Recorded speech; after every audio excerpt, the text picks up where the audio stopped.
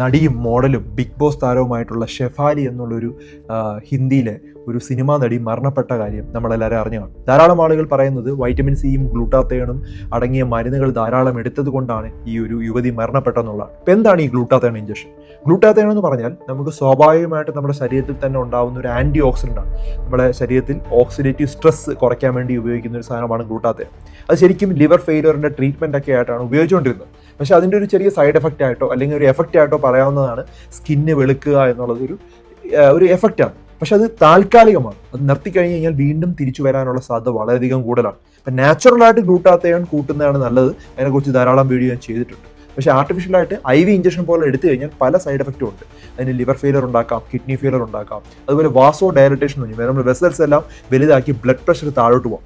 ആ ദിവസം ആ നടിയൊന്നും ആഹാരം കഴിച്ചില്ല, വെള്ളം കുടിച്ചില്ല, ഇഞ്ചക്ഷൻ എടുത്ത് അതിനുശേഷമാണ് മരണം സംഭവിച്ചെന്നാണ് അറിയാനായിട്ട് കഴിഞ്ഞത്. അതുകൊണ്ട് തന്നെ ആവശ്യമില്ലാതെ ഇത്തരത്തിലുള്ള ബ്യൂട്ടി പ്രൊഡക്ട്സിൻ്റെ പുറകിൽ പോകാതിരിക്കുക.